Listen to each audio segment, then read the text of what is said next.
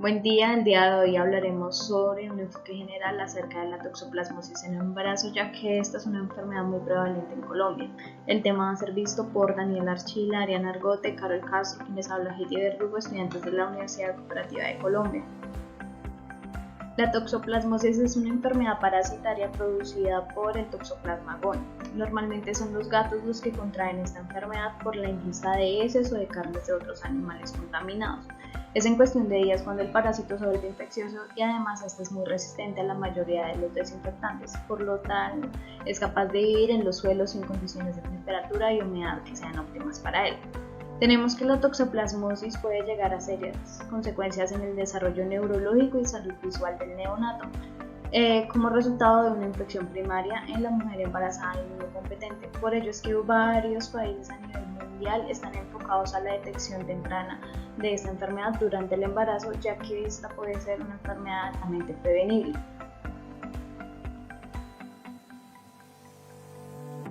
Bueno, tenemos que en datos epidemiológicos el 30% de la población se encuentra infectada por Toxoplasma gondii. Tenemos una prevalencia mundial de infecciones agudas en gestantes del 1,1%. En países como Francia tienen casos de 200 a 300 casos por año. En países como Brasil tienen una tasa de casos de 1 por cada 4.800 nacidos. En países como México tienen una prevalencia del 15,62% de gestantes infectadas. Tenemos que a nivel de Colombia los datos epidemiológicos entre las ciudades con más alta prevalencia de toxoplasmosis en el embarazo se encuentra Armenia con un 23%, Riohacha con un 23,9% y Bucaramanga con un 30,4%. De prevalencia intermedia encontramos Barranquilla con un 11% y de prevalencia baja encontramos Cúcuta con un 9,5%, Florencia y Bogotá. Bueno, tenemos que las principales formas de contaminación que podemos tener nosotros para contagiarnos por Toxoplasma gondii son por la ingesta de agua no potable, por la ingesta de alimentos que estén contaminados, por la ingesta de quistes que van a sobrevivir en la carne cruda o mal cocida de alimentos como son la carne de res, la carne de cerdo, etc. O por transmisión vertical, por lo cual es importante realizar una tamización de esta enfermedad durante el embarazo. Es muy importante tener en cuenta que la toxoplasmosis es una enfermedad altamente prevenible. Por lo tanto, el conocimiento de cada uno de los factores de riesgo que les daré a continuación nos va a poder sugerir ciertas recomendaciones en cuanto a su prevención y a los programas de educación. Dentro de los factores de riesgo sociodemográficos tenemos lo que es la edad. Existe evidencia que la toxoplasmosis se incrementa conforme a la edad, con una mayor frecuencia de seropositividad del 38,1% en el grupo de edad entre los 50 a los 59 años y una menor frecuencia 7,7% entre los 1 a los 9 años.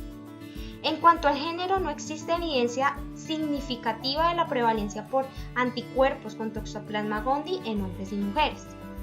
Ya hablando de los factores de riesgo biológicos, tenemos lo que es el embarazo. Las mujeres embarazadas, según las últimas evidencias, debido a sus factores inmunofisiológicos, contribuyen a aumentar lo que es la susceptibilidad por infección por Toxoplasma gondii como otros organismos intracelulares. También existe evidencia que las mujeres con hijos tienen una mayor prevalencia de infección por Toxoplasma gondii y esto se incrementa proporcionalmente con el número de gestaciones. Ya hablando de los factores genéticos, tenemos que la asociación entre el antígeno leucocitario humano y la susceptibilidad con infección por Toxoplasma gondii. En cuanto a la inmunodeficiencia, tenemos evidencia de la relación de severidad por infección de Toxoplasma gondii y el estado inmunológico de la persona infectada. En las personas inmunocomprometidas, como es en el caso de pacientes con VIH o en nuestras embarazadas, aumenta lo que es la morbilidad y la mortalidad. Y ya en cuanto a los estilos de vida, tenemos lo que es el contacto de gatos, alimentos contaminados y también aguas contaminadas. Ya hablando de las manifestaciones clínicas de la toxoplasmosis, vamos a ver que ciertas consecuencias de la infección fetal que va a depender de la gestacional. Durante el primer trimestre, menos de 14 semanas, la transmisión fetal es menos del 10%, pero la afectación fetal aumenta a un 80%, presentándose en abortos espontáneos en un 90% y la TREA clásica, que se caracteriza por presentar calcificaciones intracerebrales, hidrocefalia, coriorretinitis. Ya en el segundo y tercer trimestre la transmisión fetal es del 15 al 55% entre las 14 a las 28 semanas, 55 al 80% mayor de las 28 semanas, pero la afectación fetal va a ser acá menor en un 25 a un 15%. Vamos a encontrar principalmente retardo mental, afectaciones cardiovasculares y ya en los neonatos solemos encontrar hepatomegalia, anemia, esplenomegalia, coriorretinitis, hidrocefalia, miocarditis y neumonitis. Para continuar con el diagnóstico, primero debemos tener en cuenta que en la consulta preconcepcional a la mujer debemos realizarle una prueba serológica IgG para determinar si sufrió la enfermedad. La Guía de Práctica Clínica para la Prevención, Detección Temprana y Tratamiento de las Complicaciones del Embarazo nos indica que debemos realizar en el primer control prenatal una IgG y una IgM para determinar el estadio de la infección. Recordemos que la IgM nos indica si la infección es aguda y la IgG si la infección es crónica, es decir, si a la paciente ya le dio la enfermedad. Dependiendo de estos resultados, vamos a realizarle una prueba de avidez a la materna, cuando antes de la semana 16, para confirmar el diagnóstico. Después de la semana 16 debemos realizar una prueba serológica IgA. También debemos tener presente que si la IgG y la IgM nos reportan negativo, es decir, que nunca ha sufrido la enfermedad, debemos determinar por una IgM, debemos realizar un seguimiento mensual por una IgM para ver si la paciente tiene la infección aguda. Entonces, como les comentaba, si la IgG en el primer control, en los primeros exámenes que le hagamos, nos da positiva, esto nos indica una infección crónica. Si la IgG nos da positiva y una IgM negativa, esto indica infección crónica. Por tanto, se finaliza el seguimiento porque esta materna no tendría riesgo de reinfección. Si tenemos una IgG negativa y una IgM negativa, debemos realizarle un seguimiento mensual a la materna con una IgM y obviamente considerar las medidas de prevención en cuanto a la alimentación y al contacto con las heces de los gatos. Si la IgG nos da negativa y la IgM nos da positiva, esta situación puede explicarse por dos situaciones, por falsos positivos o también porque hayan infecciones que nos positivicen esa IgM. Por lo tanto, debemos hacerle seguimiento a las 2 semanas con una inmunoglobulina IgG. Si esta IgG se positiviza, eso nos indica que hay cero conversión, es decir, que la infección es si es infección por toxoplasmosis, por lo tanto debemos darle tratamiento.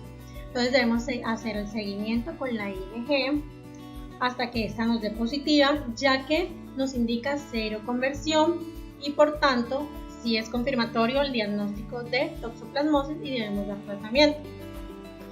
Si la IgG nos da positiva y la IgM nos da positiva, aquí es cuando debemos realizar, dependiendo de la semana de gestación, si la paciente se encuentra antes de la semana 16 de gestación, debemos realizar la prueba de avidez. Esta prueba de avidez, si el resultado nos reporta una baja avidez, quiere decir que la infección es reciente, por lo tanto debemos dar tratamiento. Pero si reporta una alta avidez, eso nos quiere decir que la infección es crónica y por lo tanto hacemos fin del seguimiento. O sea, nos indica que la paciente antes del embarazo tuvo la infección y no hay riesgo de reinfección. También debemos tener en cuenta que si hay sospecha de toxoplasmosis, si diagnosticamos la toxoplasmosis, también debemos tener presente que esta es una enfermedad que se puede transmitir al feto. Por lo tanto, debemos remitir a nuestra paciente a medicina materno-fetal o con el especialista pertinente para que realicen una amniocentesis y una PCR para confirmar el diagnóstico en el niño. Ahora vamos a continuar a hablar sobre el tratamiento de la madre con diagnóstico confirmado. Entonces, Como primera línea, nosotros debemos escoger para tratar a la mamita con espiramicina, con 3 gramos día, lo que nos equivale a 9 millones de unidades. Esto se da en infección confirmada en gestantes, pero si dentro de este caso ya empezamos a sospechar de transmisión fetal, el esquema de tratamiento debe cambiar. ¿Por qué? Por pirimetamina, dosis inicial de 50 miligramos, dosis de continuación de 25 miligramos día. A eso se le va a sumar sulfadiazina con 8 gramos como dosis inicial y de continuación 4 gramos día. Y por último, ácido folínico con una dosis de 15 miligramos. Esto para empezar a prevenir o a disminuir las secuelas que se puedan ocasionar en el bebito.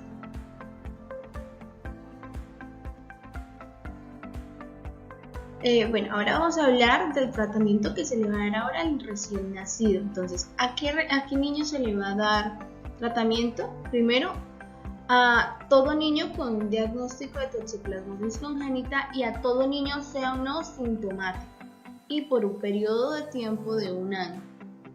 Entonces se le va a dar pirimetamina a una dosis de 1 miligramo kilogramo día. Sumado a esto se le va a dar la sulfadiazina, una dosis de 100 miligramos kilogramo día dividido en 2 dosis, y ácido folínico con una dosis de 15 miligramos. Hay bebitos que cuando nacen desarrollan ciertos efectos adversos, cierta sensibilidad o limitaciones, principalmente de este esquema a la sulfadiazina. Por ello es que se han buscado alternativas para reemplazar en este tratamiento triconjugado este medicamento. Han habido 3: clindamicina, acitromicina y sulfadosina. O sea que se puede cambiar la sulfadiazina por cualquiera de estos 3 medicamentos para darle el tratamiento completo al bebé y pues prevenir demás infecciones. En conclusión, ese es el tratamiento que se le puede dar a la mamá y al bebé para poder pues cubrir el esquema y demás. Obviamente se le debe hacer seguimiento oportuno para ver si hay evolución, si han habido cambios y pues seguir evolucionando, ver las evoluciones que tienen estas personas. Y pues esto ha sido todo por hoy. Espero que les haya gustado la presentación.